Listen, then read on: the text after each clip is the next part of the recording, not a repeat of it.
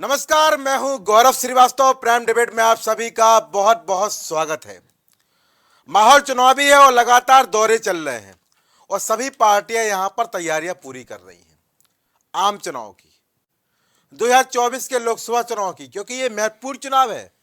ये देश की सत्ता का निर्धारण करता है और यहां पर कोई भी पार्टी कसर नहीं छोड़ रही है। हालांकि तमाम व्यवस्थाओं के माध्यम से बीजेपी अब की बार 400 पार की बात कर रही है और खासतौर पर उत्तर प्रदेश में कह रही है कि इस बार हम 80 सीटें जीत कर आ रहे हैं। खैर, कहने और करने में अंतर है, पर ऐसा नहीं है कि 400 पार का आंकड़ा कोई पहली बार हुआ है। इसके पहले भी हमने देखा है कि 415 सीटें भी 1984 में आ चुकी हैं। हमने देखा है कि किस तरह यहां पर जनता बहुमत देती है, रिकॉर्ड बनाया था। और हमने ये भी देखा है कि महज 5 साल बाद वही सीटें आधी भी हो जाती हैं। पर चूंकि यहां पर जब बात चुनाव की चल रही है तो तमाम तरह की सरगर्मियों की चर्चा करना भी बहुत जरूरी है। आज जो चर्चा में है वो यहां पर यह है कि प्रधानमंत्री 370 अनुच्छेद हटने के बाद आज पहली बार श्रीनगर गए, 6300 करोड़ की योजनाओं की सौगात दी। और सबसे महत्वपूर्ण बात है, जो उन्होंने बातें कही वो भी यहां पर गौर करने वाली थी। उन्होंने कहा कि आज कश्मीर बदल चुका है, चाहे पर्यटन क्षेत्र की बात करें, चाहे व्यवस्थाओं की बात करें, चाहे रोजगार की बात करें और चाहे विकास की बात करें, कश्मीर आज कीर्तिमान बना रहा है। उन्होंने कहा था कि 5 अगस्त 2019 को जब अनुच्छेद 370 हटाया गया था तब भी इतिहास बना था और आज लगातार जम्मू कश्मीर में इतिहास बनता नजर आ रहा है।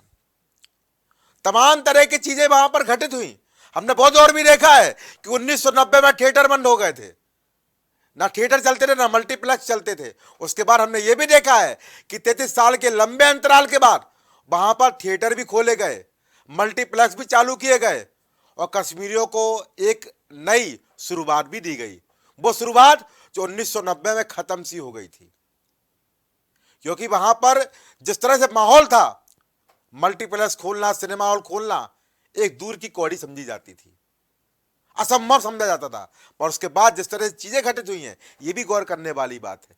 पर जिस तरह से लगातार प्रधानमंत्री अपने नेतृत्व में लगातार दौरे कर रहे हैं, बिहार भी जा रहे हैं, बंगाल भी जा रहे हैं, उड़ीसा भी जा रहे हैं, वहां कश्मीर भी गए हैं, ये भी बताता है कि 14-19 की तरह 24 का चुनाव भी यहां पर प्रधानमंत्री अपनी मेहनत पर लड़ जा रहे हैं।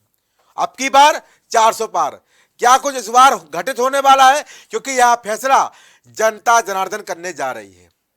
पर यहां दौरा महत्वपूर्ण है और दौरा जब जम्मू कश्मीर की बात आती है तो निश्चित रूप से चर्चा जरूर होनी चाहिए और इसलिए आज हमने चर्चा का विषय भी यही रखा है। फिलहाल इस चर्चा पर कुछ महत्वपूर्ण बयान सुनते चर्चा को आगे बढ़ाते हैं। प्रसाद योजना के तहत 3 परियोजनाओं का लोकार्पण हुआ है। 14 और परियोजनाओं को भी लॉन्च किया गया है। पवित्र हजरतबल दरगाह में लोगों की सहूलियत के लिए जो विकास कार्य हो रहे थे वो भी पूरे हो चुके हैं। सरकार ने 40 से ज्यादा ऐसी जगहों की पहचान भी की है जिन्हें अगले 2 वर्ष में टूरिस्ट डेस्टिनेशन के तौर पर विकसित किया जाएगा।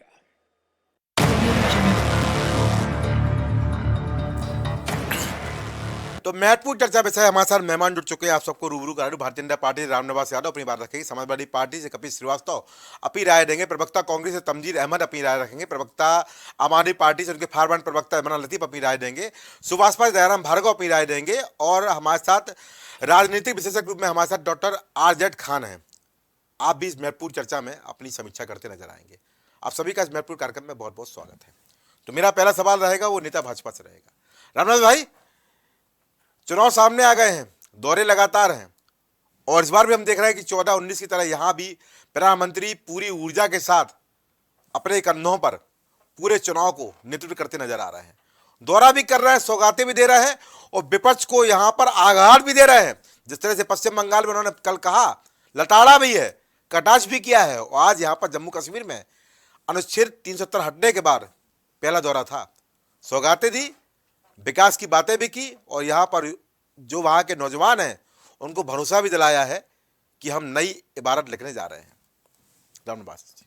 गौरव जी, देश की जनता है तैयार, इस बार मोदी जी को मिलेंगे 400 पार, अच्छा क्योंकि पूरे देश में हो रही है विकास की बहार। अच्छा यही कारण है कि विपक्ष परेशान है, हैरान है, अच्छा तमाम दल गठबंधन करके लड़ने का प्रयास कर रहे हैं, लेकिन देश की जनता ने तय कर लिया है कि इस बार मोदी जी 400 पार होंगे और विपक्ष के किसी भी दल को विपक्ष का दर्जा नहीं मिलेगा। अच्छा। मैं ये आपके चैनल के माध्यम से बताना चाहता हूँ, बड़ी चुनौती दे दी आपने यहाँ पर। क्योंकि देश में जिस प्रकार से विकास की धारा बह चुकी चली है, जिस प्रकार दुनिया में देश का नाम बढ़ रहा है, देश का ग्लोबल उस पे जो है देश का सम्मान बढ़ रहा है, तो निश्चित रूप से ये मोदी जी के पराक्रम का ही ये परिणाम है। अच्छा। कि आज देश आगे बढ़ रहा है।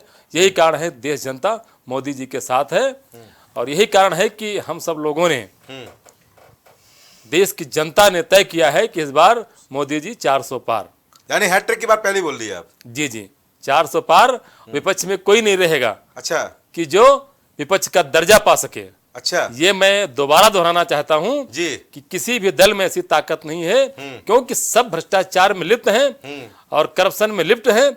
यही कारण है देश जनता उनको नकार रही है और लगातार नकारते हुए आई है और आगे भी नकारेगी, ये हम सब लोग देखेंगे।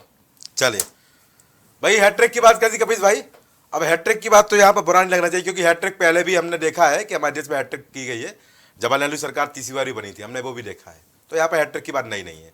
पर कपिल भाई जिस तरह बोल रहे हैं कि विपक्ष में विपक्ष लायक भी यहाँ पर सीट नहीं मिलने वाली हैं, यानी सीटें तो मिलेगी पर विपक्ष का दर्जा भी नहीं मिल पाएगा, यह विश्वास है, अविश्वास है, अति विश्वास है। क्योंकि यहाँ पर जिस तरह से बोल रहे हैं अब की बार 400 पार, उसी बात को आगे बढ़ा रहे हैं। कपिल श्रीवास्तव, बड़ी चुनौती विपक्ष के लिए है, जो कि पहले भी यहाँ पर तमाम मोर्चों पर छिन्न भिन्न हो चुका है। जी सत्ता लोलुप तो वो जी अचानक पाला बदल, क्या वोटर आप समझते हैं बदल जाएगा? अच्छा, मैं सिर्फ आपसे एक बात कहता हूँ, आप समाज प्रज्ञावान नहीं बल्कि आप एक प्रख्यात पत्रकार हैं जी। आप क्या सोचते हैं कि पब्लिक इतनी मासूम है अच्छा। कि आज आप किसी एक विचारधारा के साथ जुड़े हुए हैं, फिर आप अचानक उस विचारधारा को सत्ता के लिए छोड़ जाते हैं और फिर आप गाली देना शुरू करते हैं, तो लोग मान जाएंगे कि आपके साथ।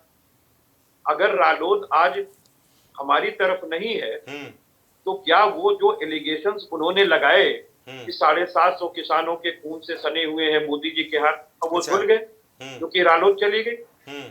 वो 750 में कम से कम 500-600 ऐसे हैं कि जो जाट किसान थे जिनकी मृत्यु हुई। भारतीय जनता पार्टी के जो अजय मिश्रा टेनी साहब को नवासा गया दोबारा टिकट दे करके, उनके ही उकसावे पे उनके पुत्र ने 5 किसानों को रौंद दिया था थार गाड़ी से। अच्छा, वो किसान भूल जाएंगे। ये बेरोजगार जो रोज इको गार्डन में लाठियां खा रहे हैं वो भूल जाएंगे। अच्छा, वो रोज जो टीचर्स हैं, अनुदेशक हैं, शिक्षा मित्र हैं, जिनकी आज तक कोई डिमांड नहीं मांगी इस गई सरकार के द्वारा, क्या वो उनके साथ खड़े हो जाएंगे? क्या वो राज्य कर्मचारी या केंद्रीय कर्मचारी जो 2004 के बाद इन्होंने पुरानी पेंशन खत्म कर दी है जी, वो इनके साथ खड़े हो जाएंगे? जी, क्या महंगाई के जमीन पे ला सके तो 100 दिन के अंदर लाने का वादा किया था? जी, क्या 15 लाख रुपए जो है वो ट्रांजैक्शन हर अकाउंट में आ चुका है? क्या आपके अकाउंट में पहुंचा? जी, क्या बनारस क्विटो बन गया? जी, क्या 150 स्मार्ट सिटी बन चुकी है उत्तर प्रदेश के अंदर? जी, क्या भारत को जो है इन्होंने एक सपना दिखाया था नोटबंदी के बाद, हम आपको सपनों का भारत बना के दी। अच्छा, लेकिन IMF की रिपोर्ट है कि मोदी सरकार ने 80% अर्थव्यवस्था को देश की ऋण में फंसा दिया है। अच्छा, कपिल श्रीवास्तव की तो नहीं है, क्योंकि 9 वर्षों में 105 लाख करोड़ रुपए इन्होंने कर्ज उठाया इंफ्रास्ट्रक्चर के नाम पर और कुछ दिया नहीं इंफ्रास्ट्रक्चर के नाम पर। अच्छा, इसरो आपका दिया नहीं, हिंदुस्तान एरोनॉटिक्स आपका दिया नहीं, DRDO आपका दिया नहीं, सेल भेल आपका दिया नहीं, रेलवे आपकी दी नहीं, डाक विभाग आपका दिया नहीं, एम्स आपका दिया नहीं, IITs आपका दिया नहीं, रुड़की आपका दिया नहीं, प्रक्षेपण केंद्र आपका दिया नहीं, तो आपका दिया हुआ क्या? दूरदर्शन और रेडियो भी। क्या बात। कपिल भाई तो मैं ये पूछ रहा हूं कि ये 105 लाख करोड़ रुपए जो इन्होंने लिए जी। वो इंफ्रास्ट्रक्चर के नाम पर कहां खर्च किए, चलिए। और जिससे कि हम विश्व स्तर पर पहुंच गए जी। उस चीज में। अच्छा कोई एक ऐसा इंफ्रास्ट्रक्चर ये बता दे। दूसरी चीज मैं ये पूछना चाहता हूं जी कि भारत का कब नाम विश्व के अंदर नहीं रहा है जो कह दिया जाए कि आज अचानक भारत स्वतंत्र हुआ और मोदी जी ने वहां पर उसको गए। अच्छा देश के 14 प्रधानमंत्री, जिसमें भारतीय जनता पार्टी के भी हम्म प्रधानमंत्री जो हमारे अटल बिहारी वाजपेयी साहब थे, हम्म उनको मिला करके मात्र 55 लाख करोड़ रुपए सरकारों ने इन मोदी सरकार आने के पहले तक विश्व बैंक से कर्जा लिया था इंफ्रास्ट्रक्चर के नाम। अच्छा और इन्होंने केवल 9 वर्षों में 105 लाख करोड़ रुपए चंदा वो ले लिया और ऋण उठा लिया। 15 लाख करोड़ रुपए से ऊपर आपने एनपीए अपने चंद पूंजीपतियों का माफ कर दिया, लेकिन किसानों का ऋण माफ करने के लिए तैयार नहीं, किसानों को एमएसपी देने के लिए तैयार नहीं, जी किसानों के लिए पशु जो है वो फ्रंटल बनाने के लिए तैयार नहीं कि जो आवारा पशुओं को रोका जा सके चलिए। ट्रांसपोर्ट, जिसका आपने वादा किया। किसान आयोग का आपने वादा किया, आज तक पूरा नहीं किया। स्वामीनाथन कमेटी की रिपोर्ट आपने लागू नहीं की, लेकिन स्वामीनाथन जी को आपने भारत रत्न देकर ये सोचा कि हमने सारे किसानों की समस्या समाप्त कर दी। चलिए। आपने चौधरी साहब के सपनों के किसानों को उठाया नहीं, बल्कि उद्योगपतियों के साथ खड़े हो गए और 750 किसानों को हलाक करने का कारण आप बने। और आपने सोचा कि चौधरी साहब को आप भारत रत्न दे करके आप जो है वो हमारे किसानों को खुश कर लिए, लेकिन किसान तो आंदोलन पे बैठा हुआ जिससे आप बात कर रहे हैं। अगर वो आतंकी है, अगर वो पाकिस्तानी किसान है, तो फिर आप उससे बात क्यों कर रहे हैं? जी और आपने जो सुप्रीम कोर्ट को वादा किया था वो भी पूरा नहीं किया। जी आपने जिस तरीके से अवैध चंदे की वसूली की, असंवैधानिक चंदे की वसूली की, जी जिस बांड को सुप्रीम कोर्ट की 5 सुप्रीम कोर्ट की संवैधानिक पीठ ने हो गया। अवैध कार्य करार दे दिया, आपने 12,000 करोड़ रुपए उससे ठीक है। प्राप्त किए। बताइए किस किस का था? ठीक है और वो पैसा कहाँ कहाँ सरकारों को कपिल तोड़ने भाई, में, विधायकों कपिल को भाई, खरीदने में आपने लगाया। कपिल भाई, मुद्दे पे हम आप दोबारा यहाँ पर चर्चा करते हैं। कपिल भाई मेरे सवाल यहाँ पर है, आपने यहाँ कहा कि बीजेपी और रालोद की बात की, एक दूसरे की बुराई की, किसानों के हत्या का आरोप लगा, तमाम बातें यहाँ पर की। अगर मैं थोड़ा सा घटनाक्रम को पीछे जाता हूँ तो यहाँ पर भी जमकर बयानबाजी कटाक्ष आपकी पार्टी में और कांग्रेस में भी हुए थे। चिरकुट नेता ही बताए गए थे, अखिलेश बखलेश भी बोला गया था। और व्यवस्थाएं ऐसी थी कि अखिलेश यादव जब यहाँ पर चुनाव प्रचार मध्य प्रदेश में करने गए थे तो कांग्रेस को धोखा देने वाली पार्टी बोला था। तो अगर बीजेपी के लिए समस्या, तो समस्या तो आपके लिए भी है। अब कांग्रेस का गठबंधन कर ली, 17 सीटें ले रही है।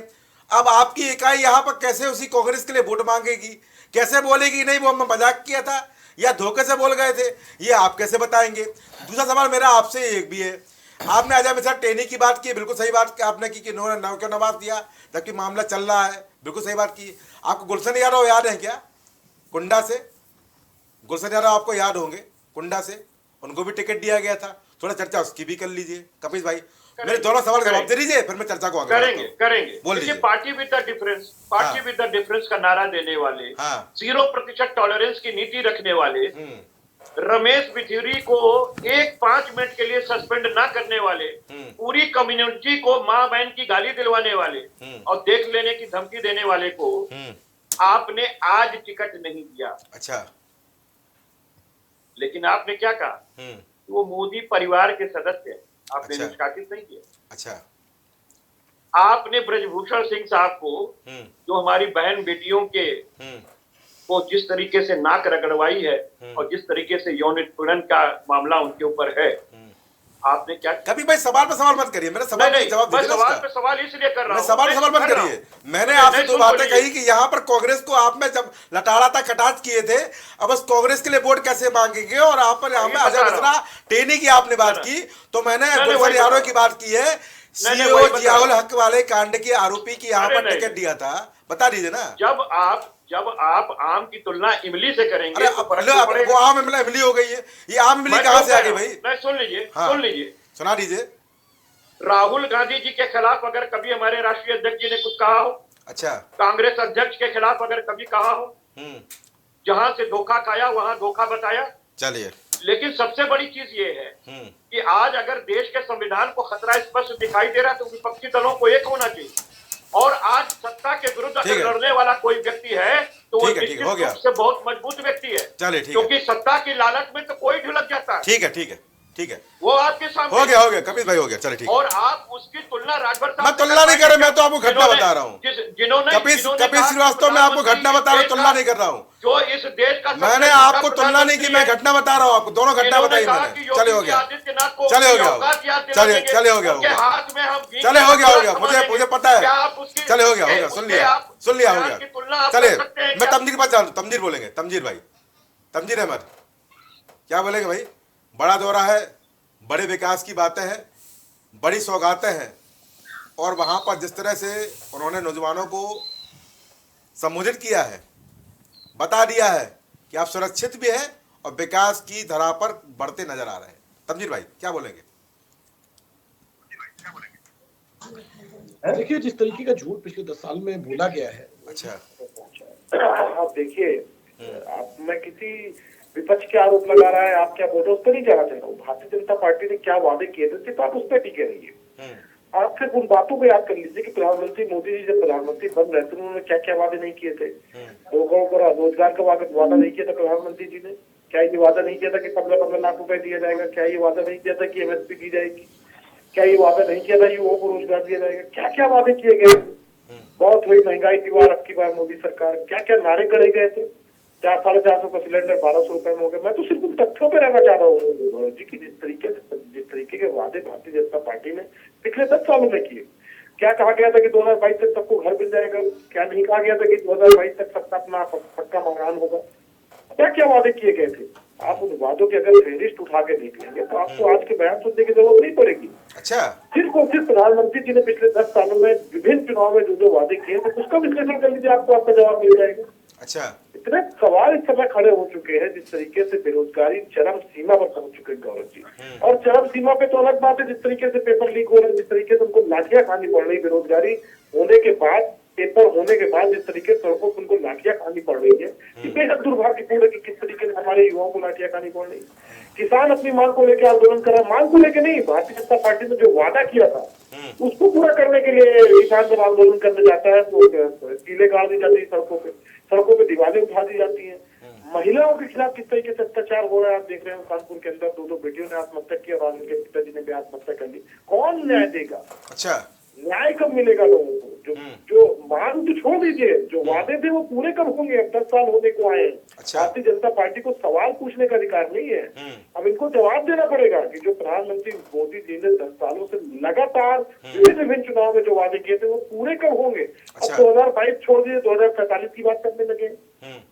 तो ये कब तक ये लोगों को सपने दिखाने का काम चलेगा? आपको जवाब देने पड़ेगा, आपको क्या किया आपको ये बताने पड़ेंगे किस तरीके से बेरोजगारी की स्थिति अपनी चरम सीमा पर, कर्ज देख लीजिए, ऐतिहासिक स्तर पे पहुंच चुका है। ठीक है, किसी तो छुपा नहीं है। आपको हमारी बातें छोड़ दीजिए, भारतीय जनता पार्टी ने जो कहा है वो कब होगा इसके बारे में बताया भारतीय जनता पार्टी वाले, बाकी छोड़ दीजिए। तमजीर भाई, यहाँ पर आपने किसानों की बात की, स्वामीनाथन की रिपोर्ट 2006 में आ गई थी, 8 साल आपकी सरकार रही, किसी ने रोका था क्या लागू करने के लिए? ये मना कर दिया किसी ने? आपको 6 में आई थी, 8 साल सरकार रही आपकी, 8 साल बहुत होता है। बहुत सारे रिकमेंडेशन हमने लागू भी किए। स्वामीनाथन रिपोर्ट हमने बनाया, स्वामीनाथन कौन सा लागू किया? कौन सा लागू किया बता दीजिए, मैं सुनना चाहता हूँ। बहुत सारे रिकमेंडेशन कौन सा लागू किया मैं सुनना चाहता हूँ, तमजीर भाई बता दीजिए। निश्चित रूप से मेरा ज्ञान बढ़ा दीजिए, कौन सा लागू किया वही बता दीजिए स्वामीनाथन रिपोर्ट में, मैं भी सुनना चाहता हूँ। निश्चित रूप से हमने स्वामीनाथन रिपोर्ट के अनुसार जितने भी दलहन थे उन सब में सबसे ज्यादा का रेट देने का काम किया था कांग्रेस पार्टी की सरकार ने किया था। किसानों को कर्ज नहीं माफ किया गया, गौरव जी आप भूल गए इस चीज को। चले किसानों को मैंने आपको चूंकि किसानों की बात की, तमजीर भाई आपने किसानों की बात की, मुझे थोड़ा सा दर्द में नजर आ गया। हमारे में कुछ कमियां रह गई होगी जी, तो हमें तो 2014 जनता ने, तो आप किसानों की बात मत करिए, फिर किसानों की बात मत करिए ना। क्यों नहीं करेंगे? जब आप 8 साल सरकार बना के लागू नहीं कर पाए जी। हम गौरव जी एक बात बताइए जी, किसानों का कर्जा हमने माफ नहीं किया 60,000 करोड़ रुपए। अच्छा, किसी सरकार ने आज तक किया इतिहास के अंदर? अच्छा, कांग्रेस पार्टी ने तो किया और आप हमसे कह रहे हैं किसानों की बात मत कीजिए। क्यों नहीं करेंगे भाई? बिल्कुल करेंगे। किसानों के खिलाफ जिस तरीके से अत्याचार हो रहा है उनके लिए कीलें गाड़ दी जा रही है, चलिए। दीवारें खड़ी कर दी जा रही है, उनके ऊपर आंसू चलिए, बरसाए हमारी जा रहे हैं, शुभकामनाएं आपके किसानों साथ की है। हत्याएं की जा रही हैं। लड़ाई और करिए, बोलेगी नहीं, लड़ाई करिए, चलिए, ठीक कौन है, रोकेगा उन्हें बोलने से? ना, बिल्कुल करिए, बिल्कुल कौन करिए। रोकेगा कांग्रेस पार्टी को ठीक है, बोलने से? कौन ठीक रोकेगा है, राहुल गांधी को बोलने ठीक है से? भाई। तमजीर भाई दोबारा आता हूँ आपके पास। इमरान भाई, जब रामनिवास भाई बोल रहे थे आप बड़े मुस्कुरा रहे थे, ऐसी कौन सी बात रामनिवास भाई ने कह दी? कोई चुटकुला तो सुनाया नहीं था उन्होंने, अच्छी बात बोल रहे थे, सरकार की बातें बता रहे थे। और जम्मू कश्मीर में जो परिवर्तन हुआ है 33 साल बाद, तमाम चीजें बदली है वहां पर, आपको ही पता है कि क्या स्थिति वहां पर थी। तो अगर कोई चीज वहां पर हो रही है, विकास की धारा बह रही है, और रामनिवास भाई बोल रहा है आपकी बात 400 पार, भाई भाभी जवाब दे दीजिए, मुस्कुराहट का राज क्या था? बस यही जो आखिरी सेंटेंस आपने बोला उसी पे हंसी आ रही थी। अच्छा। और जिस तरह की घोषणाएं हो रही हैं, जिस तरह के पैकेजेस दिए जा रहे हैं आज केंद्र सरकार के द्वारा, गौरव भाई हम लोग अवध और पूर्वांचल के क्षेत्र से आते हैं। अच्छा। वहाँ एक मशहूर कवि हुए हैं जो अवधी कवि रफीक शादानी साहब। अच्छा। वो कहते थे कि जब नगीचे चुनाव आवत है, अच्छा। भात मांगो पुलाव आवत है। अच्छा। तो यही हालत है आज नरेंद्र मोदी जी के द्वारा, कुछ उसी तरह की चीजें की जा रही हैं देश अच्छा। की राजनीति में। अच्छा। क्या बदलाव आए हैं कश्मीर के अंदर, विकास की क्या किस धारा के साथ कश्मीर को जोड़ा गया है, कितनी इंडस्ट्रीज लगा दी गई हैं, वहाँ का सामाजिक परिवर्तन क्या है। जी। तो ज्यादा कुछ नहीं कहूंगा, यही पैनल जो यहाँ बैठ के डिस्कस कर रहा है, हाँ। एक दिन चलते हैं कश्मीर और घूम के आते हैं और वहाँ पे सर्वे कर लेते क्या हैं, बात सारी है। हकीकत सामने आ जाएगी। अच्छा। दूसरी जहां तक बात है कि मुझे जो हंसी आई थी हमारे बड़े भाई रामनिवास जी पर, जी। बड़े कॉन्फिडेंस के साथ 400 पार की बात कर रहे थे। अच्छा। ठीक है, अच्छी बात है, आप पार्टी के प्रवक्ता हैं, नेता हैं, आपको कहना चाहिए, बिल्कुल कहना चाहिए। और खास तौर से तब तो और तेज आवाज में कहना चाहिए जब स्वयं को भी पता लग चुका हो कि सच्चाई ये नहीं है, तो अच्छा। झूठ और तेज से बोलना चाहिए। और तेज से बोलना चाहिए। क्योंकि देखिए, बिल्कुल तार्किक बात करूंगा। 2014 के अंदर मोदी जी को एक प्रचंड बहुमत मिली, और मैं याद दिलाना चाहता हूं कि उस समय किस तरह का माहौल था। गौरव भाई, अच्छा। 2014 में एक मॉडल बेचा गया था जिसको आप गुजरात मॉडल कह रहे थे। अच्छा। जो असल में कुछ था ही नहीं। और यही भारतीय जनता पार्टी की सच्चाई है कि जब से वो सरकार के अंदर आए हैं, ये आभासी चीजों की ब्रांडिंग करते हैं, जैसे एक आभासी मॉडल लेकर आए थे, लेकिन जनता ने 2 बार मौका दिया, उसी गुजरात मॉडल के नाम पर दिया कि ठीक है, जनता काम करने का मौका देती है। अभी जो यूपीए सरकार रही है ना, वो टूटी फूटी लंगड़ी सरकार थी, लेकिन उसको भी 10 साल का मौका दिया था, काम करने का मौका दिया था इस देश की जनता ने। तो वो 10 साल मोदी जी के अब पूरे हो गए। 10 साल इस देश की जनता ने काम करने का मौका दिया था, और अब वो उस काम की समीक्षा करने का चुनाव 2024 में होने जा रहा है। और अब तो नीम और ऊपर से चढ़ गया करेला। 10 साल में कोई काम किया नहीं, जिसकी समीक्षा अगर जनता की अदालत में ये रिपोर्ट कार्ड पहुंचेगी तो क्या रिपोर्ट लगनी, आप भी बेहतर जानते हैं। और उसके ऊपर से हुआ क्या कि जितनी विपक्षी पार्टियां थी, जिनको आप कमजोर समझ रहे थे, वो सब की सब एक हो गई हैं। अब तो बड़ी मुसीबत और होने जा रही है। अब इस बार जनता समीक्षा करेगी। समीक्षा किस बात की करेगी? सब एक हैं सर। कहाँ एक हो गई? यही तो है, दांव पता चलेगा 2024 में। इस बार तो इस तरीके से नहीं, वो हंगा बिल्कुल एक है। बिहार में जो सबसे मजबूत पार्टी है वो एक है, आप कहाँ हैं? अच्छा। पंजाब के अंदर जो सबसे मजबूत पार्टी है दिल्ली के अंदर जो सबसे मजबूत वहां तो भारतीय जनता पार्टी है नहीं, बात क्या कर रहे हैं? अच्छा। वहां तो जो भी जीत के आएंगे सब इंडिया अलायंस के लोग ही जीत के आएंगे। तो जहां भाजपा है नहीं उसकी क्या बात करेंगे? दिल्ली के अंदर आप देख लीजिए, उत्तर प्रदेश जो सबसे बड़ा राज्य है वहां देख लीजिए, तो जो और दक्षिण में कहीं भारतीय जनता पार्टी का कोई विशेष आधार बचता नहीं है। तो अगर राज्य दर राज्य आप समीक्षा करने जाएंगे तब भी मैं बात करने के लिए तैयार हूं कि इंडिया अलायंस की जो मौजूदा स्थिति है उससे भारतीय जनता पार्टी की तुलना कर लीजिए। और अगर आप पूरे देश के प्रोस्पेक्टिव में बात करेंगे तब भी भारतीय जनता पार्टी 2024 में इंडिया अलायंस की मजबूती का मुकाबला नहीं कर पा रही है। लेकिन मैं बात वो नहीं कर रहा हूं, मैं बात ये कर रहा हूं कि जिन मुद्दों पर जनता समीक्षा करेगी, जनता समीक्षा किन बातों पर करेगी कि आपने 2014 के अंदर जो वादे किए, 2019 के अंदर जो वादे किए, 10 साल तक जो वादे आप लगातार करते रहे, उन वादों पर कितना काम करके आपने दिखाया। ठीक है, अब जनता जब पूछेगी आपसे कि आपने तो कहा था कि हर साल नौजवानों को 2 करोड़ नौकरियां देंगे, नौकरियां देना बहुत दूर की बात है। पार्लियामेंट के अंदर आपके मंत्री कहते हैं कि हर साल लगभग 14.5 लाख नौकरियां चली गई हैं लोगों की। आज कोई भी परीक्षा आप करा नहीं पा रहे, नौजवान अगर उस परीक्षाओं के पेपर लीक होते हैं, नौजवान अगर सड़कों पर आते हैं, आप उनकी हड्डी पसली तोड़ के एक कर देते हैं, मुकदमे लाद देते हैं। किसानों से आपने वादा किया था कि आय दुगनी करेंगे, आय दुगनी करना तो बहुत दूर की बात है, आप एमएसपी पर खरीद नहीं कर पा रहे हैं। आप अगर महिलाओं की बात करेंगे, सुरक्षा का मामला, आपने तमाम तरह के वादे किए, कहीं कोई किसी तरह का वादा आप अमली जामा नहीं पहना पाए। बेरोजगारी, आज बेरोजगारी दर बढ़ी हुई है, महंगाई की दर बढ़ी हुई है, महंगाई को लेकर आपने तमाम तरह के हंगामे किए थे, तमाम तरह के वादे किए थे। और सबसे बड़ा फर्क जो मैं आपको बताना चाहता हूं कि भारतीय जनता पार्टी की जो राजनीति करने का तरीका है वो एक जनता के सामने अब बिल्कुल सामने आ चुका है। उसके लिए दो उदाहरण मैं ले रहा हूं, एक देश की सबसे बड़े प्रदेश की राजधानी यानी लखनऊ से, और एक दिल्ली जो देश की राजधानी है वहां से, कि भारतीय जनता पार्टी की मॉडस ऑपरेंडी क्या है। आप यहां एक अकबर नगर का मामला आजकल सुन रहे हैं। अकबर नगर में कौन लोग रह रहे हैं जहां बुलडोजर चलने जा रहा है विकास के नाम पर? अच्छा, वो कौन लोग हैं? वो क्या खाली हिंदू हैं, खाली मुस्लिम हैं? शायद अकबर नगर सुन के आपको लगता होगा कि मुस्लिम है, तो चलिए ये भ्रम आपका मैं दूर किए देता हूं। भारतीय जनता पार्टी का बुलडोजर जो अकबर नगर में जिन लोगों को गिराने जा रहा है, मैं मान सकता हूं कि वो सिर्फ मुसलमान है और उसके नाम पर तुष्टीकरण की राजनीति करके भारतीय जनता पार्टी का भला हो जाएगा। लेकिन भारतीय जनता पार्टी जो काम दिल्ली के अंदर करने जा रही है, मजनू टीले पर जहां बुलडोजर लेकर पहुंच गई है, उन मजनू टीले पर रहने वाले लोग कौन हैं? वो लोग हैं, वो हमारे हिंदू भाई हैं जो पाकिस्तान से हिंदुस्तान आए थे, शरण लिया था उन्होंने और बरसों से वहां पर रह रहे हैं। आज उन हिंदू भाइयों के घर पे बुलडोजर पहुंच रहा है। दरअसल मामला क्या है जान रहे हैं? यहां हिंदू और मुसलमान का भेद नहीं है।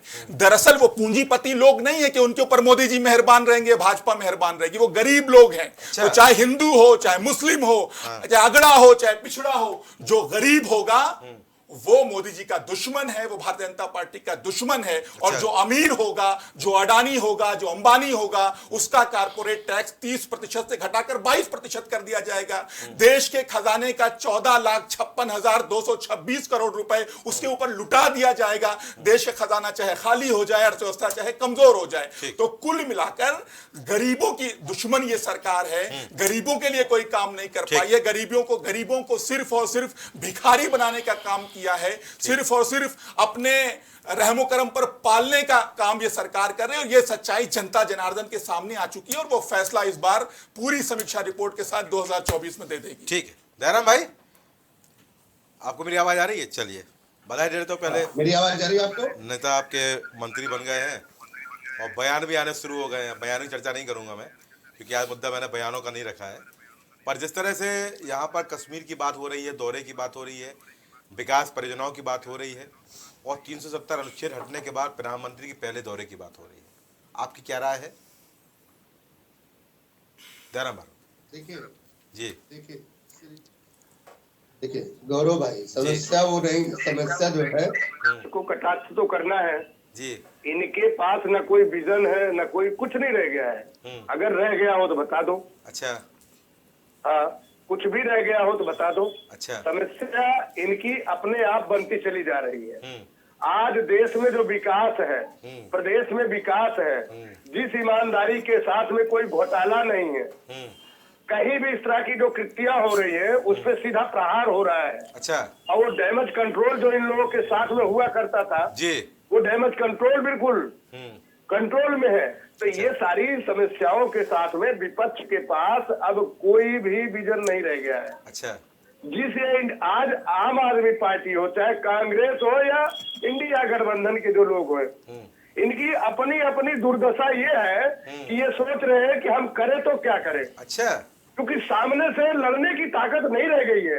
उसका कारण है सर्वाधिक इस देश में राज करने वाली कांग्रेस सरकार। अच्छा।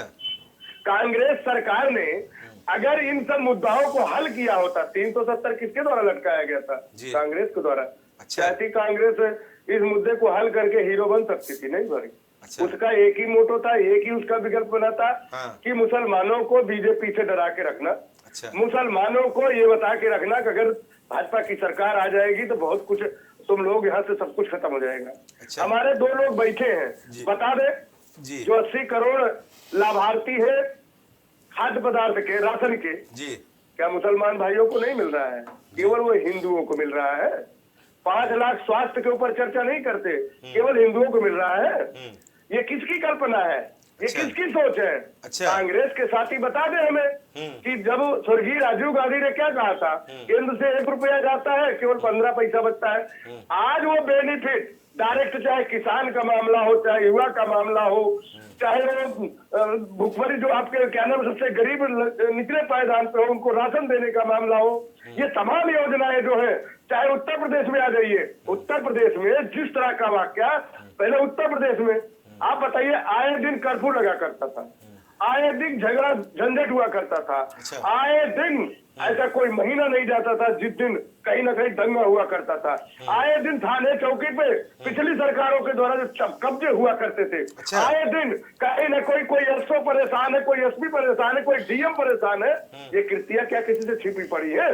किसी एसओ को सीओ को जो है बोनेट पे लटका करके बैठा करके बड़ी दूर तक उसको किस तरह तांडव किया जाता था, जी। आज इससे इतर होकर के जी। अगर गुड गवर्नेंस यानी कि अच्छी सरकार चलाई जा रही है, भ्रष्टाचार मुक्त सरकार चलाई जा रही है, योजनाओं को धरातल पे नहीं अंतिम पायदान पे जिसकी जयराम जरूरत है भाई। उसको देने का काम किया जा रहा है। जी।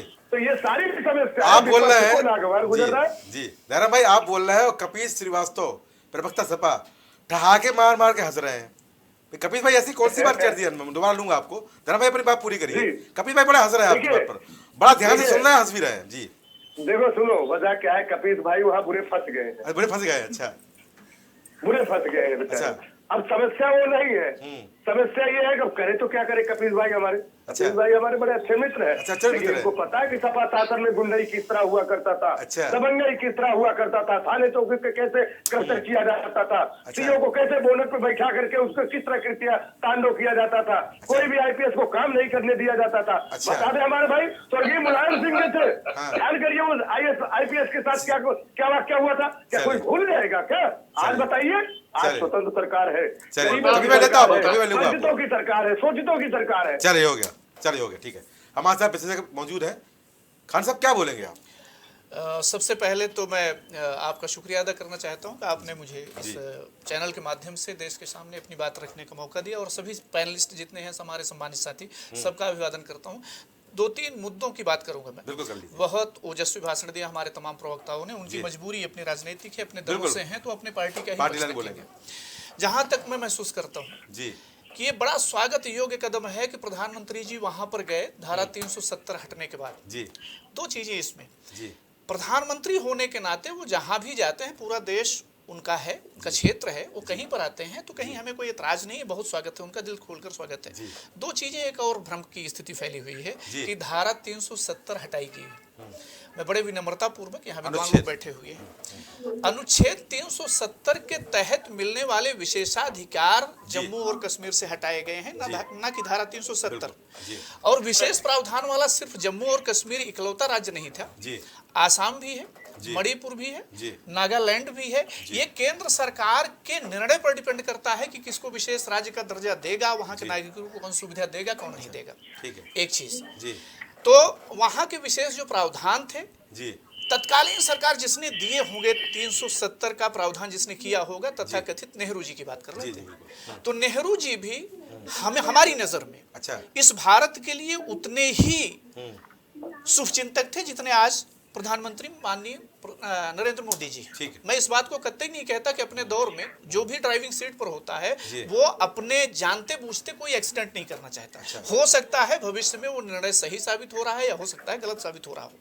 एक चीज, अब सवाल इस बात का होता है कि अगर वो गए हुए हैं, अब दूसरी बात आती है कि उन्होंने बड़ी बड़ी घोषणाएं की है, तो घोषणाओं पर तो हमारे तमाम प्रवक्ताओं ने उनकी टांग खींची ही है, मैं दूसरा कुछ कहना नहीं चाहता। चुनाव के वक्त सत्ता दल का नेता तो सबसे बढ़कर बोलेगा ही, निश्चित तौर से इसमें कोई दो नहीं। 2019 में बिहार में 125 लाख करोड़ का पैकेज देके आए थे, उसका क्या हुआ? 2 करोड़ नौकरी देने का वादा था, उसका क्या हुआ? तो घोषणाएं हैं, घोषणाओं की बात नहीं है। जब चुनाव आता है तो राजनीतिक दलों को जनता जनार्दन की बड़ी चिंता होने लगती है, स्वाभाविक सी बात है। राजस्थान में सिलेंडर 450 रुपए में बिकने लगते हैं जब चुनाव आता है। तो इसमें कोई किसी पार्टी विशेष की बात नहीं है, जितने सत्ताधारी दल हैं जब सत्ता में आते हैं तो उनकी बोलने की शैली दूसरी हो जाती है, और जब विपक्ष में बैठते हैं तो दूसरी हो जाती है। एक बात जहां तक मैं हमारे बड़े भाई सपा प्रवक्ता कपिल श्रीवास्तव जी कह रहे थे कि उन्होंने बड़ा बताया कि भाई भाजपा ने बेल दिया, जी जी गेल दिया, क्या दिया, LIC दी, पब्लिक सेक्टर कोई यूनिट दी, कोई अच्छा काम किया।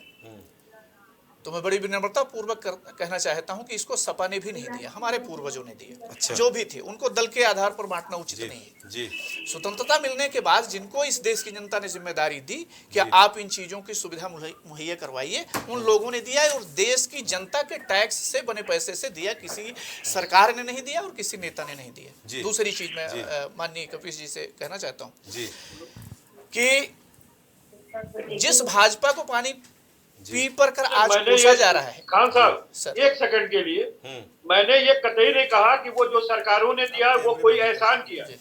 मैंने सिर्फ ये कहा कि जिसने इंफ्रास्ट्रक्चर के नाम पे लिया उसने ये चीज मैं बात अगर इजाजत हो तो मैं बात कभी मैं मौका दूंगा आपको। मैं बात कंप्लीट करूं, मैं बात कंप्लीट मैंने तो करूं। सिर्फ इतना बोले, पूछा है। बोले। मैं बात कि हमें कंप्लीट ये करूं। बताइए कि 105 लाख करोड़ लेने के बाद इन्होंने क्या दिया? सर ये भी तो सर taxation का मैं बात पैसा कंप्लीट कटता कर चलिए, रहा कभी भाई, हूं। कभी भाई। आपसे उलझना मेरा मकसद नहीं था, आप मेरे भाई हैं, सम्मानीय हैं। मैं अपनी बात को नहीं नहीं बात इसकी नहीं है। धैर्य भी रखें। मौका दूंगा, कभी मैं मौका दूंगा आपको। बोलिए। धैर्य रखें थोड़ा सा। सबसे बड़ी मर्यादा इसी बात की धैर्य रखा जी। जाए। दूसरी चीज ये है कि जब 1988 में इलेक्शंस हो रहे थे, भाजपा उस समय लगभग हाशिए पर पार्टी थी। जी कोई पार्टी उसके साथ राजनीतिक समझौता करने को तैयार नहीं थी, सारी पार्टियां उससे दूरी बनाए हुई थी।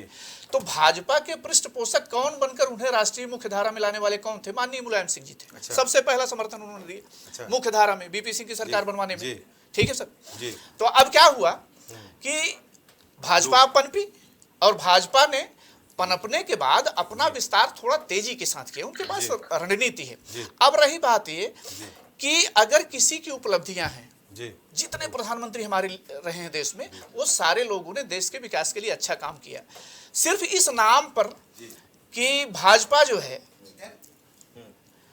सिर्फ इस नाम पर इस बात को अनदेखा कर दिया जाए कि पोखरण परीक्षण माननीय अटल बिहारी वाजपेयी जी के टाइम में हुआ, तो ये तो देश के लिए उपलब्धि थी। भाजपा निश्चित तौर से इसे अपने दल के उपलब्धि के रूप में याद करेगी, लेकिन ये उतनी सत्य है कि अगर इस घटना को हम इस बात में देखेंगे कि नहीं, अगर भाजपा ने किया है तो ये गलत ही होगा, तो ये उचित नहीं है। एक चीज, कलाम जैसा बेहतरीन इंसान राष्ट्रपति के पद पर बैठा तो किसके टाइम पे बैठा? जो कांग्रेस आज की डेट में और तमाम दल मुस्लिम समर्थक होने का दावा कर रहे हैं, इन्होंने लगभग जो है कलाम साहब के राष्ट्रपति बनने का लगभग आंशिक रूप से विरोध किया था। बिल्कुल विरोध किया था जी। वैसे काबिल व्यक्ति के राष्ट्रपति बनने के नाम पर भी जो लोग विरोध कर सकते हैं, तो ये एक विरोध, एक कह लीजिए कि मानसिक दिवालियापन कह लीजिए, ठीक, कि हर हाल में विरोध करना है अगर विपक्ष में बैठे हुए हैं तो। अब अगर माननीय प्रधानमंत्री जी की, नरेंद्र मोदी जी की बात करते हैं, उनके अंदर बहुत सारी कमियां भी होंगी, स्वाभाविक है, निश्चित तौर से इंसान है, कोई देवता नहीं है। मैं उन्हें देवता नहीं मानता, जिन्हें मानना हो मानने। तो मानव है तो निश्चित तौर से कुछ अच्छी उपलब्धियां भी गिनाएंगे, बहुत सारी कमियां भी उनके अंदर होंगी। अब अगर उनके टाइम पर मंगल ग्रह पर भारतीय यान पहुंचता है, तो सिर्फ इस नाम पर कि ये भाजपा के प्रधानमंत्री हैं इसलिए पहुंच गया, क्यों उनका नाम जोड़ा जाए? ये कहां तक उचित है? ठीक, मेरा मानना सिर्फ ये होता है कि हमारे जितने महापुरुष थे, जितने लोगों ने इस देश को चलाने की कोशिश की है, सबने अपना अपना बेस्ट देने की कोशिश की है और सबके योगदान से ये देश आज इस स्थिति में पहुंचा हुआ है। ठीक, किसी एक व्यक्ति की बपौती नहीं है और किसी एक व्यक्ति के चलाने से देश चले नहीं। ठीक, सबका साथ सबका विकास, ये नारा है माननीय प्रधानमंत्री जी का। ठीक, और ईश्वर करे कि वो ऐसा साबित कर सके। अभी चुनौतियां बहुत सारी हैं, सिर्फ चुनाव में सीटें लेना ये लोकतंत्र का अंतिम लक्ष्य नहीं होना चाहिए। ठीक है, लोकतंत्र के लक्ष्य और भी हैं, सबके दिलों की दूरी घटाना भी राजनीतिक दलों का काम है। बिल्कुल आदिल साहब, ठीक है, और अच्छी बात है आप की। पर सबसे महत्वपूर्ण बात ये भी है कि जब चर्चा करते तो वहां पर सबसे पहला बिंदु ये होता है कि जब कोई भी युद्ध लड़ा जाता है तो वहां पर जब जीत हासिल होती है तो वहां पर युद्ध में जो सैनिक शहीद होते हैं उनकी चर्चा हो ना हो, जीतने की चर्चा हो ना हो, पर युद्ध को जो लड़ता है, जिसके नेतृत्व में लड़ा जाता है, यानी सेनापति, उसकी चर्चा हमेशा होती है। और यही व्यवस्था है लंबे समय से व्यवस्थाओं में चली आ रही है और रोचक व्यवस्था है, क्योंकि यहाँ पर सेनापति की बात हर आदमी करता है, सैनिक की बात कोई नहीं करता। बिल्कुल, फिलहाल बिल्कुल। रामनिवास जी थैंक यू सर। अब आप अपनी बात बोल सकते हैं। सबने आरोप लगा दिए यहाँ पर, इमरान भाई तो यहाँ पर खुल के हंस रहे थे आपकी बात पर। नहीं, अभी खान साहब बता रहे थे जी कि विपक्ष का मतलब ये नहीं कि हर काम में विरोध करना चाहिए। बिल्कुल। भाई, जिस प्रकार से आपने देखा कि आपके चैनल में बैठ के विपक्ष के लोग, हमारे साथी बंधु, जी एक ही व्यक्ति पर निशाना, एक ही पार्टी पर निशाना, एक ही सरकार पर निशाना, जी जबकि अभी कपीस जी कह रहे थे कि ऐसा नहीं हो सकता है कि जो है हम विपक्ष में न रहें। कपीस जी जो है हाँ। इतने, इनकी पार्टी इतनी सीटें नहीं लड़ेगी अच्छा। विपक्ष को मिले, अच्छा लेकिन सफेद ज्यादा उत्साहित ये हैं। अच्छा। मैं दावे के साथ कह सकता हूं कि समाजवादी पार्टी, कांग्रेस, आम आदमी पार्टी, जो भी पार्टियां हैं, अगर ऐसे ही विरोध करती रहीं तो इनको विपक्ष का दर्जा उससे बहुत चले जाएंगे नीचे। अच्छा। क्योंकि आपने देखा होगा देश में जिस नेता ने सीधे मोदी जी को निशाने पर लिया है वो बुरी तरह हारा है। अच्छा। आप इतिहास देख लीजिए पूरे देश में। आप देखिए, आप नेताजी की बात करते हैं, मुलायम सिंह जी की बात करते हैं, देश के रक्षा मंत्री रहे, उत्तर प्रदेश के 3 बार मुख्यमंत्री रहे। जी उनकी योग्यता देखिए जी कि 2019 के लोकसभा के अंदर जी उन्होंने कहा कि देश का विकास हो रहा है, देश आगे बढ़ रहा है, इसलिए मैं चाहता हूं कि मोदी जी दोबारा बने। अच्छा। ये नेताजी ने कहा। नहीं कहा था। जी अरे ये तो शब्द ही नहीं यूज ये किया। मुलायम सिंह जी ने कहा। अब कपीस जी उनकी बात नहीं सुनेंगे, क्योंकि ऐसे संस्कार इनके पास आ गए हैं। अच्छा। कि उनके बेटे, हाँ भाई इस देश में अगर कोई इंसान है, अगर अपने माँ बाप की बात नहीं मानता है, अपने भगवान की बात नहीं मानता है, जी। तो मैं समझता हूँ कभी भी वो सफल नहीं हो सकता। अच्छा। अगर नेताजी ने कहा कि मोदी जी जो है आना चाहिए, अच्छा। और उन्हें एक बात ये भी कही कि समाजवादी पार्टी को कभी भी कांग्रेस से गठबंधन नहीं करना चाहिए, अगर करेंगे तो समाजवादी पार्टी का नुकसान अरे होगा। थोड़ा भाई हमारे दोनों काम उन्होंने, गौरव जी हाँ। दोनों काम अखिलेश जी ने किया। हाँ। क्या हुआ हसरन का? अच्छा। भाई अभी पिछले चुनाव में तो राहुल गांधी जी कुर्ता फाड़ने लगे थे, अच्छा। और इसमें अगर बुरी तरह जो है हार गए, हमको लग रहा है सारे कपड़े उतार के सड़क पर घूमेंगे। अच्छा। क्योंकि इस पागलपन में इतना ज्यादा मोदी जी का विरोध करेंगे कि जनता जब इनको नकार देगी, ये दोनों नेताओं को, अरे इमरान भाई पे कुछ बोल दीजिए भाई, बड़े उसमें नाराज हो गए थे इमरान भाई आपके ऊपर। नहीं, इमरान भाई तो इनके साथ चलते हैं। अच्छा। उनको लगता है इनका कंपटीशन आपस में है। अच्छा। कि कौन कितना मोदी को गाली देगा, अच्छा। कौन कितना मोदी जी की बुराई कर लेगा। अच्छा। तो ये तीनों दलों का एक गठबंधन है, क्योंकि तीनों दल भ्रष्टाचार में लिप्त हैं। अच्छा। और तीनों को भ्रष्टाचार से बचने के लिए गठबंधन किए हैं। अच्छा। इसीलिए निश्चित रूप से तीनों दल में कंपटीशन चल रहा है, लेकिन देश की जनता इनके कंपटीशन को देख रही, मोदी जी को कामों को देख रही। इसलिए जनता कह रही कि चाहे जितना बड़ा गठबंधन करो, चाहे जितना जो कुछ करो, हम आपको बुरी तरह हरा के मानेंगे, और मोदी जी को इस बार 400 पार भेज लीजिए, के फिर 400 पार आ और गया। दूनी ताकत से आप पर प्रहार करने को उनको हम फिर ताकत 400 पार, देंगे। ठीक है। ये देश की जनता चल ठीक कर है। रही है। कपिल भाई बोल दिए, इमरान भाई को लेता हूँ। फिर 400 पार, डर गई है आप लोग। पहली चीज तो ये कि हम अपने रामनिवास यादव जी को कह दें जी कि भाई हम केंद्र सरकार दूसरी कहाँ से ले आए, पाकिस्तान से बुला के ले आए। लीजिए। हमें इस देश की जनता ने अगर विपक्ष में बैठाया तो आएंगे तो हम आपको दिखाएंगे, उसको आप अपोजिट क्यों लेते हैं। जी दूसरी चीज मैं आपको ये कहना चाहता हूँ जी कि देखिए 400 पार 800 पार का नारा आप कसते रहे, जी लेकिन 200 सीटों को भी नहीं भूलना चाहिए कि आपने शुरुआत कहाँ से की। जी जो उपहास आप दूसरों का उड़ाते हैं कि कांग्रेस मुक्त भारत, विपक्ष में भी आप लोग नहीं रह जाएंगे, विपक्षी दल होने का आपको गौरव नहीं हासिल होगा। जी क्या आप चाहते हैं देश के लोकतंत्र खत्म करके तानाशाही लाना चाहिए? अच्छा। यही तो विपक्ष का, जो विपक्ष आप पे आरोप लगाता है उसको आप पुष्ट कर रहे हैं। आप इस देश को विपक्षहीन बनाना चाहते कह रहे हैं, आप यही कह रहे हैं। और मोदी का विरोध इस देश का विरोध। अच्छा। अरे साहब, मोदी जी का विरोध नहीं है। मोदी जी भी एक व्यक्ति हैं, जैसे कपिल श्रीवास्तव हैं या गौरव भाई हैं, आप उनकी नीतियों का है। जैसे अभी खान साहब ने कहा था ना, जम्मू कश्मीर में 370 नहीं हटी है, 373 है। मैं अधिवक्ता भी हूं इसलिए आपको बता सकता हूं 35A में क्या था और 370 में क्या है जी और 370(3) में क्या है जो आपने हटाई 370(3) और बताते हैं 370 हटा दी। अच्छा। अरे हिम्मत हो तो हटा के देखिए, देश का भाग ही नहीं रह जाएगा अगर जम्मू कश्मीर। पढ़िए पहले संविधान इस देश का, फिर उसके बाद नाम लिया किसी आरोप पे। अच्छा। अगर आपको डिस्पैरिटी ही इस कानून के अंदर लानी तो फिर 371 जो है वो क्यों लगा के रहे? हटाइए उसको, पैरिटी हो जाए। 7 स्टेट में आप विशेष राज्य का दर्जा पहाड़ी राज्यों को देंगे, लेकिन कश्मीर को क्यों नहीं देना? वो सिटीजन आपके नहीं है, वो मोदी जी के सरकार का परिवार नहीं है, मोदी जी वहां के पाल्य नहीं है। ठीक। केंद्र सरकार के प्रधानमंत्री हैं, क्या वो कश्मीर हिस्सा नहीं है केंद्र का?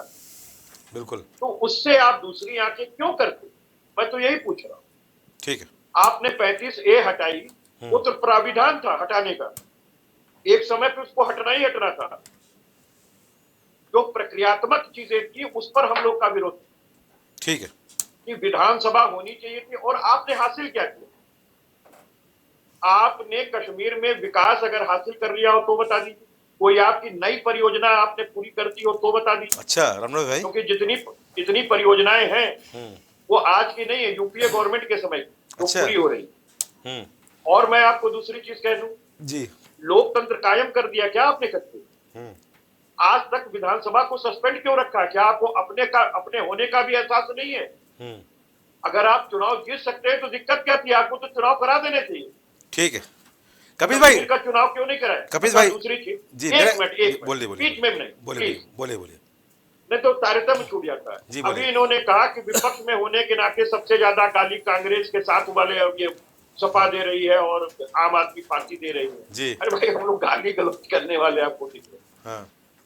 सबसे ज्यादा आशीर्वाद पानी पी पी करके आशीर्वाद जिन्होंने दिया था वो तो आज आपके साथ में लीजिए। हमें मुंह चिढ़ा रहे हैं। राजभर जी आप बात आ गई, मैं समझ ही रहा था। आप खुद देखिए ना, मैं समझ रहा था। 2022 तक सुन जी। लीजिए, 2022 में इलेक्शन हुआ, ये हमारे साथ थे, घूम घूम के कह रहे थे कि सबसे ज्यादा लुटेरी सरकार है, प्रधानमंत्री सबसे बड़ा देश का झूठा प्रधानमंत्री है। अच्छा। और योगी आदित्यनाथ जो मुख्यमंत्री, इनको तो इनकी औकात याद दिला देंगे। हाँ। और भीख का कटोरा थमा देंगे, भीख का ट्रेनिंग सेंटर खोल देंगे। अच्छा। और बहन बेटियों पे जितना अत्याचार भाजपा सरकार में हो रहा किसी में नहीं हुआ। ईवीएम की लूट और डकैती इन्होंने ही बनारस में पकड़ी थी, यूं खड़ा होकर के ईवीएम वाली ट्रक पे फोटो खिंचाए थे। जी। अब वो ईवीएम इनसे पूछिए सही हो गई। अच्छा। तो साहब हम कम से कम ऐसे नहीं है कि आपका हंटर देख लें या सत्ता में पद देख लें और लपड़ करने लगे। ये क्या बोल रहा भाई, ये कौन सी बात है? विपक्ष के हम नहीं है। ये कौन सी आप मुद्रा बना रहे हैं जी? ये कौन सी मुद्रा है? मैं तो ट्रक पकड़ के लटका नहीं था। अच्छा। मैंने आरोप लगाया कि जनमत की लूट हो रही है, डकैती हो रही है भाजपा ने की, वरना हमारा पुत्र जीत गया होता। अच्छा। सारनाथ से हमने तो नहीं कहा। अच्छा। राजभर साहब ने पकड़ा था और अरुण राजभर सबसे ऊपर बैठे थे ट्रक के, फोटो खिंचा रहे। अच्छा लीजिए, आपने दयाराम भाई को यहाँ पर एग्रेसिव कर दिया भाई, गुस्सा हो गया। 2022 तक सारी कमियां हाँ। भारतीय जनता पार्टी में बताने वाले दयाराम भाई, मैं हंस हो रहा था हाँ। कि वाकई वो हमारे मित्र हैं। अच्छा चलिए ठीक है। बहुत इसलिए हमारे मित्र हैं हाँ। कि भाई हमारे साथ ये काम किए हुए हैं। 100 गाली देते थे, बताइए देश की अर्थव्यवस्था। दयाराम भाई क्या बोल रहा है, पूरा इतिहास बोल रहा है भैया। और सुनिए, पूछिएगा चलिए कभी मैं जवाब लेता हूँ, समय कम है। कभी भाई दयाराम बोलेंगे, बोलिए। लेकिन दयाराम भाई को ये बता, कभी मैं दयाराम भाई बोल रहा है। जो चीजें सही थी वो अचानक उलट कैसे गई? जी कपिल भाई, दयाराम भाई बोलिए, दयाराम भाई बोलिए। जी हाँ। देखिए आज कपीस भाई की वेदना ये है कि उत्तर प्रदेश उत्तम प्रदेश बनने की कगार पे है। लीजिए। इनके पेट का हाजमा जो गड़बड़ हो गया है। अच्छा। जैसे सैफई डांस नहीं हो पा रहा है। अच्छा। पेट में मरोड़े आ रहे हैं। अच्छा। सपा के सरकार में इंजीनियर जो है यादव सिंह का क्या रोल बैक था, आज नहीं हो रहा। इनके पेट में मरोड़े जा रहे हैं। सफाई में जो आलिया भट्ट का जो डांस होता था वो नहीं हो रहा। इनके पेट में मरोड़े हो रहे हैं।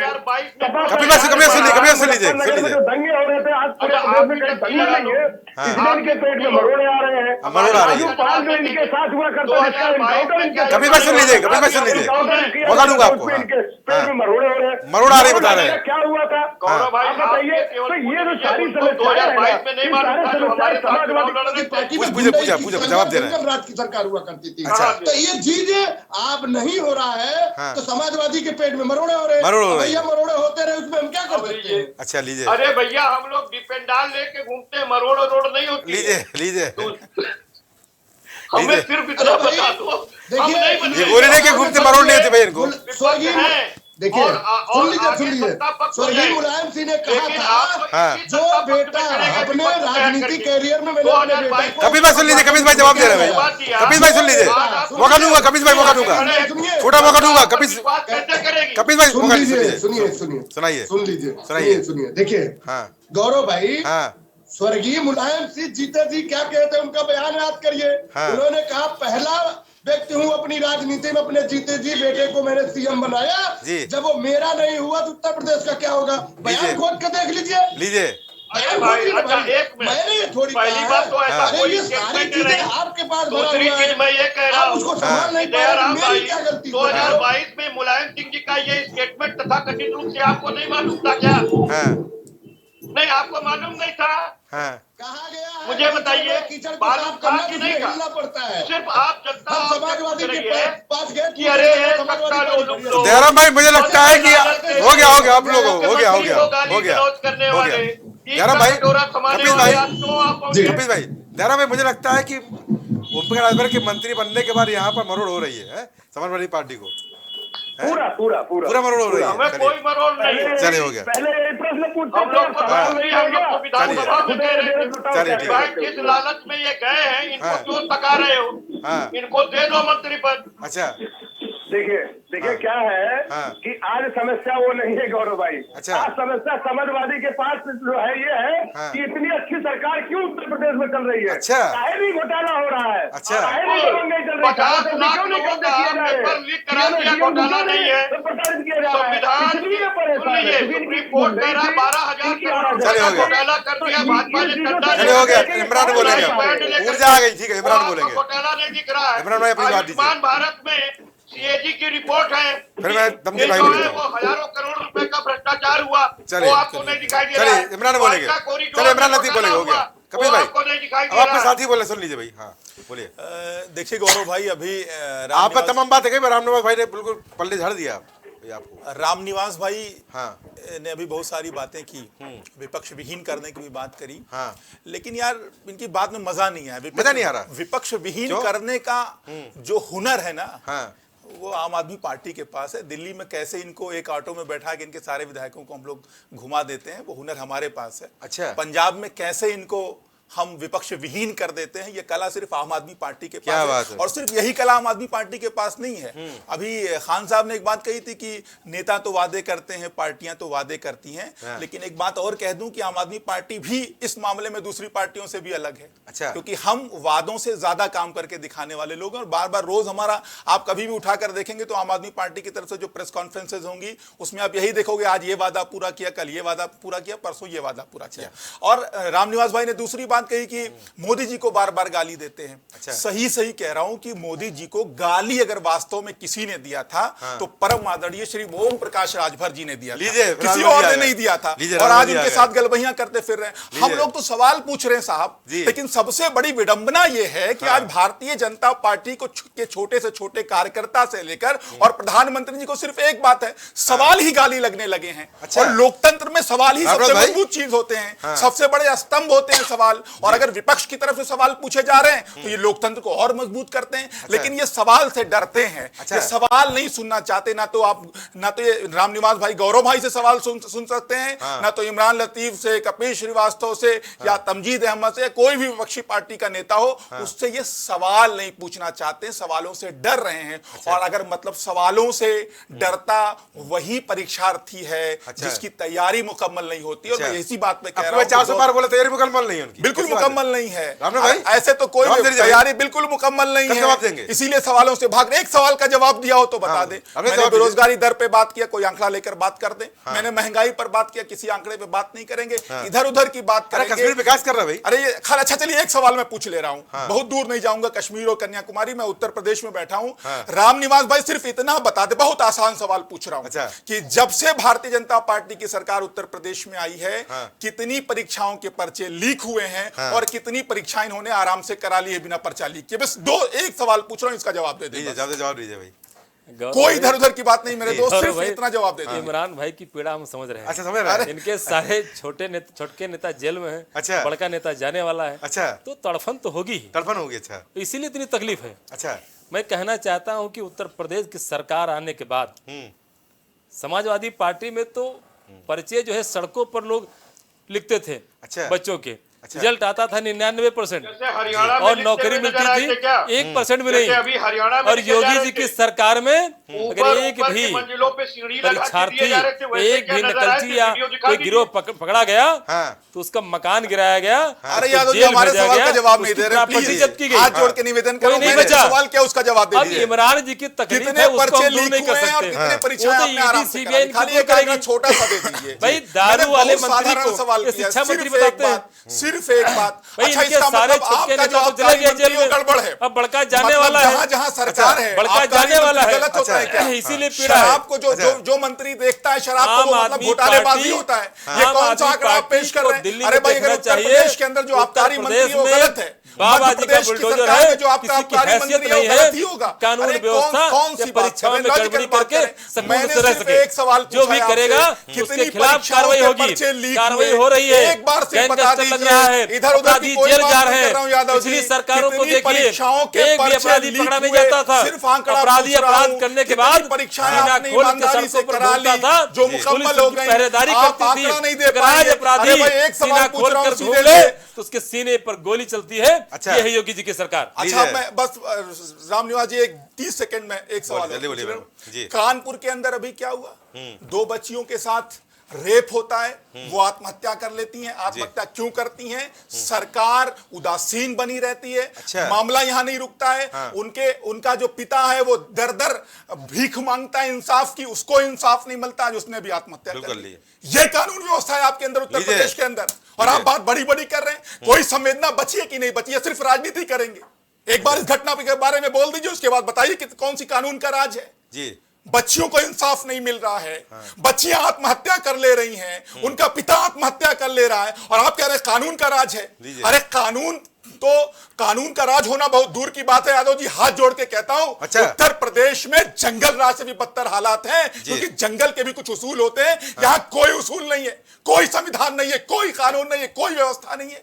आप कहां आपकी संवेदना मर गई है? कानपुर का मामला आपके सामने, और आप यहां पर भाषण बखानते मैं आगे लेता हूं। बोलिए, जल्दी बोलिए। देखिए, मैंने पहले कहा कि इमरान जी की तकलीफ वाजिब है। अच्छा, मैं समझता हूं। बिल्कुल तकलीफ है मुझे। कानपुर की इस घटना से बिल्कुल तकलीफ है। बिल्कुल मेरी आंखों में आंसू है यादव जी, मुझे तकलीफ है। मैं सवाल कर रहा हूं, सवाल का जवाब मुझे तकलीफ है। कानपुर की ऐसी घटना और जेल जा रहा है, अगर वो नहीं मान रहा तो ऊपर जा रहा है, देश के अंदर तो इमरान जी को तकलीफ है। बिल्कुल मुझे तकलीफ है। कानपुर की इस घटना से चले गए, मुझे तकलीफ है। यही तकलीफ है। तकलीफ है कानपुर की इस घटना से बिल्कुल दुनिया में आपको तकलीफ पूरे नहीं है। देश में आपको नंबर 1 राजनीति की कानून मुबारक, व्यवस्था के नाम आपको पे। सत्ता मुबारक। कानून मुझे व्यवस्था तकलीफ के नाम है। उत्तर प्रदेश नंबर 1 पर है।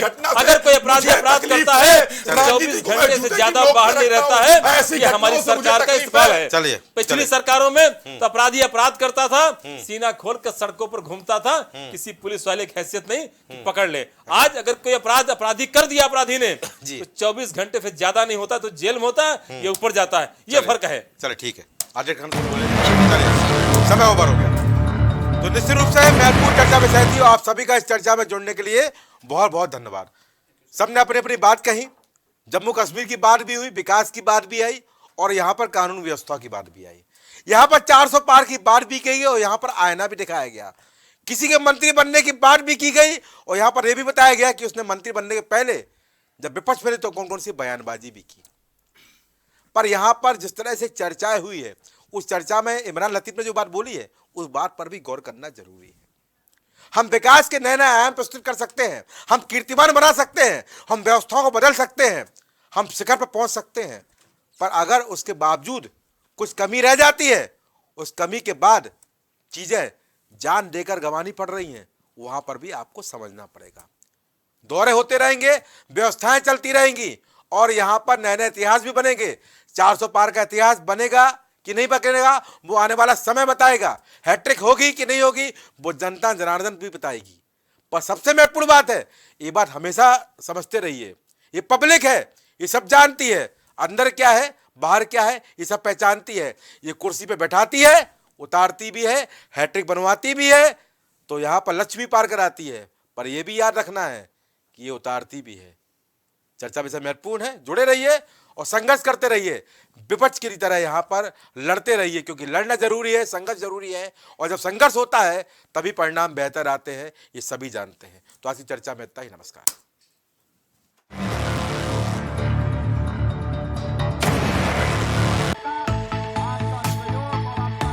कुछ भाव पुष्प। आप देख रहे हैं प्राइम टीवी, सच साहस सरोकार। प्रधानमंत्री श्री नरेंद्र मोदी का संकल्प है कि देश का हर नागरिक पोषित, सशक्त और समर्थ बने। जब पूरा विश्व इस सदी की सबसे बड़ी महामारी कोविड-19 से जूझ रहा था, उस दौरान प्रधानमंत्री श्री नरेंद्र मोदी जी के नेतृत्व में भारत सरकार ने प्रधानमंत्री गरीब कल्याण अन्न योजना का संचालन कर देश के गरीबों की खाद्य सुरक्षा सुनिश्चित की। इसी संवेदनशीलता को जारी रखते हुए आज 80 करोड़ से भी ज्यादा लोगों को मुफ्त अनाज दिया जा रहा है। सभी को अनाज, पोषित समाज। अगर आप करना चाहते हैं अपने बिजनेस को प्रमोट, तो इसके लिए आपको चाहिए होगा एक सपोर्ट। बेहतर स्क्रिप्ट, शानदार ग्राफिक्स, बेहतर विजुअल, दिखाएंगे कमाल, जानकारी पहुंचेगी जन जन तक, आपका काम करेगा धमाल। इन सभी चीजों के लिए अब ना हो परेशान। Brand promotion, motion designing and video editing, 2D और 3D animation, television telecasting, social media works, script writing जैसे कामों के लिए आज ही कांटेक्ट करें 9267925186 पर।